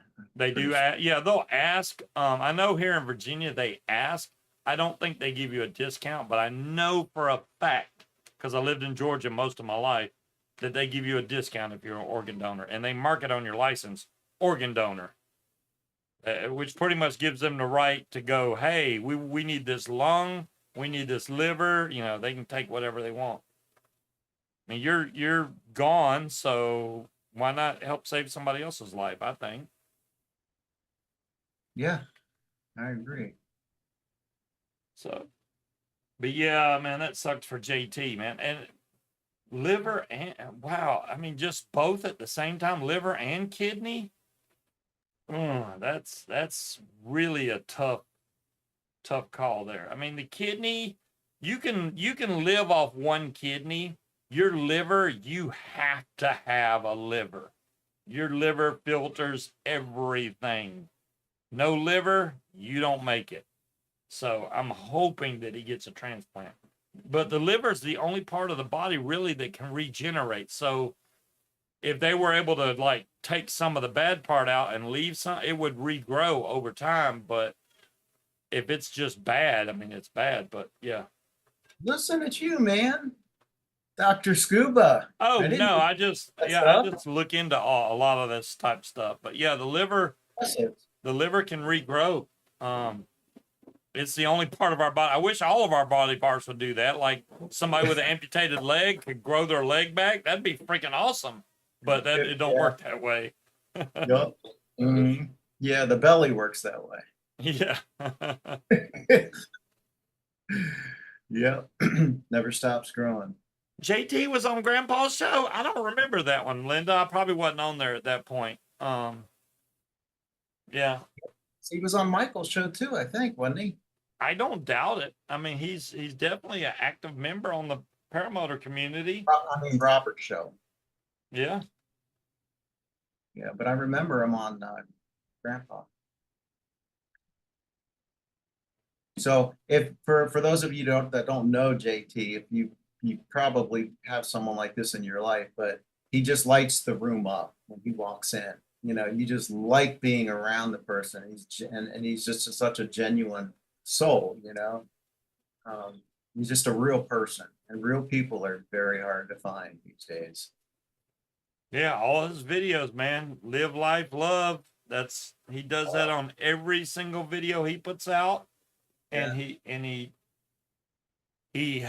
sells paramotor equipment, and he also teaches on his videos. So I think it's great. I try not to do any teaching videos because I don't want any liability. And I know you can say in your video, hey, this is, and you see it, even an aviator does it. This is not a training video. This is just a supplemental, blah, blah, blah. But you know somebody's going to watch that video and go, I watched a video. I can do that. I don't want to be that guy, you know? So I've tried not to do that. I don't consider myself an instructor. Can I help somebody? You know, especially with switching over to a trike from foot launch? Hell yeah. But I don't want to become an instructor. I don't want that responsibility, in other words. That's just too much on my shoulders. I got too big of a conscience to train people, and then maybe they get hurt because I failed to tell them something, or even if they made a mistake and got hurt, I would still feel bad. So that would kill me, dude. I don't want to put that on my shoulders. No, I don't want to instruct because I don't want it to ruin the sport that I love. You know what I mean? When Right. you're doing it because you have to, or because it's like work, it just has a tendency to.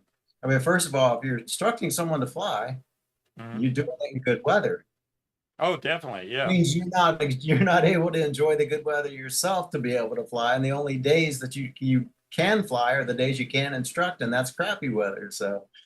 Yeah, I don't know how Kylo did it, because when he was training us, he would let us fly while he stayed on the ground. And I'm like, man, I know he is but I mean, now Kylo if he wants to fly, what he usually does is show up early before his students and he'll go fly. So he gets his flight in. But I get it, and I have seen him, you know, on some of his videos, he will fly with the students once they've learned to fly, which is cool. But yeah, I could see where instructors are like, man, they're flying. I wish I could fly right now. But you have to stay on the ground to help them land or whatever. You know, it's like, yeah, I can't. What's up, Chevy? Yeah, what's up, Chevy? In the breeze. So, yeah, one thing I was going to ask you is how I know you like shopping on Temu, and I've got a roomie that's like addicted to it now. It's just like all of a sudden discovered it, and that's like, you know, that's Right. the thing. Okay. But how about vape stuff on Temu? If they have vape stuff, I've never looked it up on Temu. I now, as far as Chinese stuff goes, as vape equipment, that would be mainly Fast Tech. Fast Tech is the big Fast Tech. As far as China goes, sells everything from vape gear to bicycle wheels, you name it. Fast Tech sells it. And there's other Chinese websites like that as well. They sell absolutely everything. Temu came out strong and hard, and they have lots of promotions, you know, to trick you like, hey, if you can just get 4 more people to join Temu, you can get all this for free. You know, you're like, hey, that's a good deal right there. And you always end up getting like everything but the last one and then go, ah.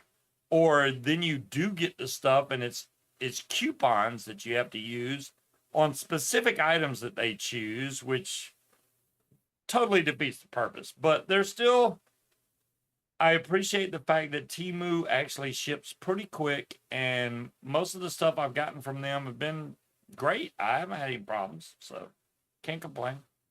That mask that I had on, that's That's a Temu? Yeah. Nice. It literally looks like just an old guy with a cowboy hat. I'm like, damn, that's John Wayne right there. Oh, gee. That's awesome. Yeah, and that, you know, we got those other mats that we picked up. Hell, I still got one up there. I know you got one. It's not this one, but Oh, the black one? yeah. Yeah. Yeah, I got that's a really couple. cool. And these fit really good under your helmet. So I got this one. I don't remember if this is the one. I got so many of these. It could be anything. Then I got this one. Oh, that's cool.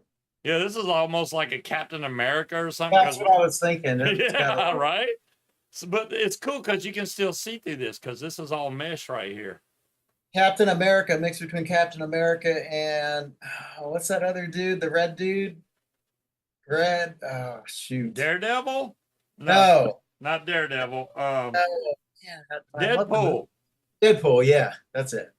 That's So, I mean, the good thing about something like this is for paramotor pilots that like flying in the summertime and bugs are hitting you in the face, you don't get hit by bugs if you're wearing something like this.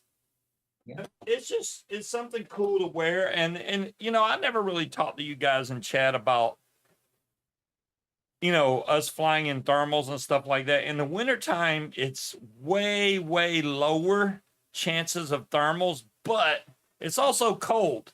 I don't enjoy flying in the cold because it's cold. Now, I've flown in the summertime, and if you get up to a certain altitude, you may go from 90 degrees on the ground to 60 degrees in the air. And if you're wearing shorts and flip-flops, it gets freaking cold. You're like, whoa, I need to land. So you do have to dress appropriately for whatever conditions may hit you. Agreed. I don't know. There's a lot of pilots that fly in the winter. I'm just not that guy. I mean, maybe I'll become that guy, but right now it's like, do I really want to go out? If it's below 50 degrees, that seems too cold to me. Anything 50 or higher, I'm good. I think 50 is the mark. Yeah, same with other sports, you know. When you're like riding motorcycles, you know, you probably have to want it just a little bit more on a 30-degree day than you do on a 65-degree day, you know. People ride snowmobiles. Yeah. Well, that's right. Yeah. And then you got to think about this too. So, like if I wanted to go fly the beach right now, the beach is crowded because it's still technically warm weather outside. So there's a lot of people on the beach. In the winter, there's nobody on the beach. I could fly the beach all day long and not have to worry about people.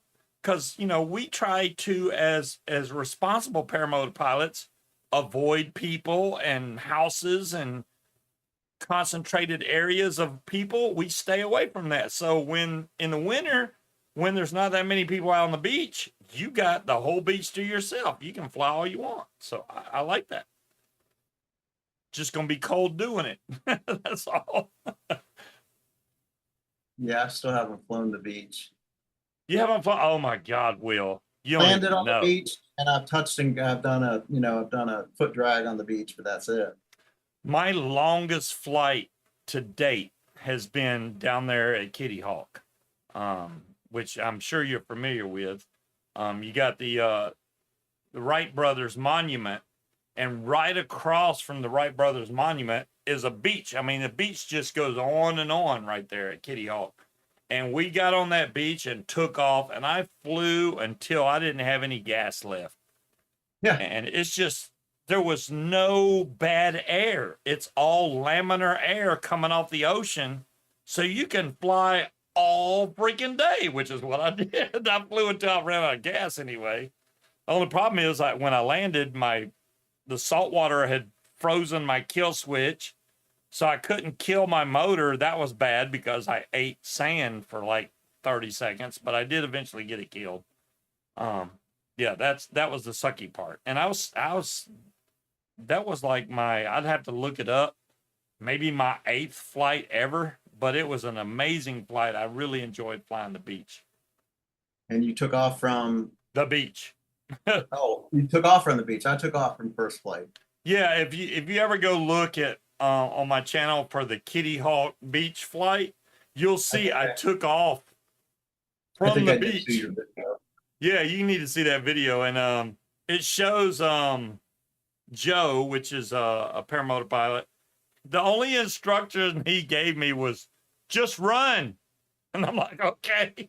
So the guy that's in front of me laying down on the sand, y'all got to give me credit. We told the guy, hey, I'm about to take off. Could you slide over just a little bit? Because I was going towards the wind. And he's like, whatever. He moved literally 1 foot and laid down on the beach. So I took off in between him and some other people.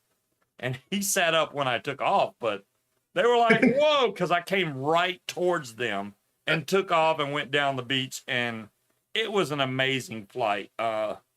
Luckily, Joe had his aircraft radio. I didn't have my aircraft radio at that point because we had 2 planes come right over our head that I wouldn't have known were there without the aircraft radio, because they patrol the beach. You know, any beach you fly, there's a lot of Coast Guard that patrols the beach, or you'll have planes that fly with banners on them. They fly really low. You have to watch out for those too. Other than that, you're good to go on the beach. Yeah, other than that, it's perfectly good. Yeah, Trash Coast bag Guard. flyer. What do you fly, dude? What do I fly? Trash bag flyer. Oh yeah, what do you fly, trash bag? I think he flies a trash bag. That'd be too easy. I'm not gonna lie, guys. When I was young, maybe 12 years old, it was a really windy day. I was down at the park. I literally tried to fly with my coat. I put my coat out like it was wings, and I was trying to fly with that son of a gun. So I had an interest in this sport way before it was a sport. An Iris Infinity, but with a Moster. Cool, man. I'll tell you this. When I went to this fly-in this past weekend, one of the guys I normally fly with, he normally flies a regular 185. He got to try a factory R with the 140 prop. He was like, dude, it's like, it's got so much more thrust. I've flown both. I don't think that it's that much more, but he acted like it was night and day. And I was like, I got a factory R. That's what I fly. But to me, it seems like it's just, I'm a heavy guy. I'm like 240. Don't get me wrong. But when I hit the gas, if I'm running with my wing over my head, I got it stable. When I hit that gas hard, I'm going in the air. I don't give a damn. That thing it's got the power to push you. The Atom 80, on the other hand, I got to run a little ways. I definitely, it will get you in the air, but it takes you some time. I would definitely, like, if you're a heavier pilot, I would recommend a much larger field to take off from. Like this field that I have behind my house, I would never be able to take off with that with an Atom 80. I would end up in the trees, no question. But with the Factory R, I can hit that gas and I'm way over the trees before I even get close to them. Yeah. Atom 80 is a good motor though. Now, I hey, still prefer the Moster. the Atom 80 is a great motor. Number one, it's way better on gas. And number two, it has a very laminar throttle response, is the best thing I could say. When you give the Atom 80 throttle, it's a very smooth transition all the way up to high. If you're flying a Moster 185 with an E-prop, the problem with that I have, especially with the E-prop, not so much the Helix. The Helix is kind of a smooth transition. An E-prop, you'll have the wing over your head and you'll give it a little bit of gas. And then at some point in your throttle transition, it's going to hit like no tomorrow. Bam! It just snaps. Whenever that E-prop kicks in, you feel it. It's like, bam! And then you all of a sudden you're like, hey, I need to run faster and get in the air. But yeah. Yeah. Well, the 185 power. gets my fat butt in the air. Love the Atom 80 gearbox, just cool. Yeah, the Atom. I can't fault either one of the motors, honestly. The 185, if any fault, would be the exhaust because a lot of them crack. I have the Factory R. Hopefully, it avoids that issue. I haven't had any cracks yet, knock on wood. But we'll see what happens. Yeah, you'll get it. Sorry, man. Sorry to be the bearer of bad news. Well, but the Factory R has a different type of exhaust than the normal 185. The Factory R have a has different elbow. it has a titanium exhaust instead of Oh, yeah. yeah. That's Yeah, the so- only difference. Now, maybe I still get a crack. I haven't yet. But it could happen. We'll see. I haven't seen anybody with a Factory R go, my damn exhaust cracked. Have you seen any pictures at all of a Factory R with a cracked exhaust? I have No. not. So, but I'm saying Atom 80. I mean, I had a cracked exhaust bracket. So I Mhm. mean, there's no perfect motor out there. no, But there is no. I have a choice between less power and more power. I'm going to take the power all day long because power solves a lot of problems, and get you out of a lot of. I will say that Quattro that they fly is very tempting because it's a 4-stroke motor. It does weigh a little bit more, but not that much. But I'll put it this way. Like if I fly my Factory R full tank of gas, I may get a little over 2 hours, maybe 2.5 hours. Same guy takes a Quattro, which is a 4-cycle, fills it up with gas, and I watched him on Gaggle fly for 4.5 hours on that motor without landing. And I'm like, damn, dude. He gets double the gas mileage. Double. The wing plays a role in that too. Yes, it does. It does. So depending on what kind of wing he has. I think he has a Charger 2 right now, which I really love the Charger wing. So I can't. And what size? I mean, is he like, where is he in there? Is he like middle of the range or? I think he weighs about 195 and he's got like a 28-meter Charger 2. Oh yeah, well that would be more efficient than. Yeah. 150. They're faster than me in the air, no question. They can just blow, even when I trim out, which is nothing on my wing, I can't catch. They're way faster. But I'm not in the sport to do tricks or speed, so I'm cool with just cruising. So that's what I do. But man, we're way over time, and Will has just made this so much easier for me. I can't thank you enough for coming on the show tonight. You have helped me tremendously because I haven't done a solo show in God knows how long now. 3-4 years, I don't even know. Because Munchkin's always been there, but now she's entertaining guests. When you're married, she's like, not going to be able to. When I get married, everything's gonna change. I won't she's gonna be like, she don't even know me anymore, man. I got you now, so I don't care. Yeah, that's the way it's gonna be. We got a mod heist going here. We got 2 seats open. Oh, okay. Well, I'll join the mod heist. We'll get through. I'll spend less money this time because every time I spend too much, I lose. But maybe we'll make enough this time that maybe we'll win. That's what I'll say. Okay, so Frankenheiser took the seat. All right, Yeah. let's see what happens. it's gonna be the pond. You watch and see. Motor show. All right, I'll tell y'all this. Even if I don't get to do a show, if I don't get to do a show next Friday, I will be recording video of my flight. Oh, we won. We won. We did not die. Pay us. Pay us, damn it. Cha-ching. We did win. Hell yeah. I Yeah, like man. when we win. That is a perfect way to end the show right there. That's it. We won. All right.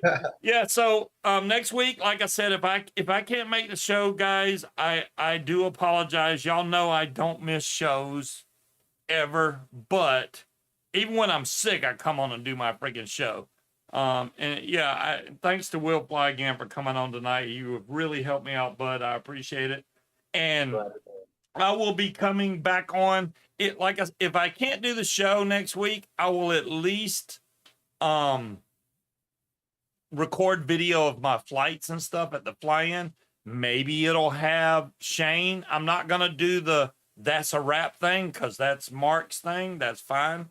But I need to get him doing something on one of my cameras. Hopefully, I don't know what yet. I'll figure it out. I got to think about it.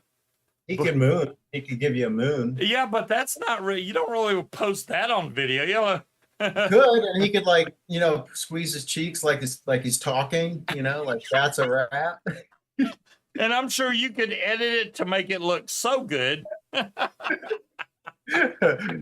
Oh, that's crazy. Oh my goodness. Y'all stay safe out there. I hope y'all have an excellent weekend. We will either be back next week at the same time or maybe not. And don't forget that DCF's doing a show tomorrow night.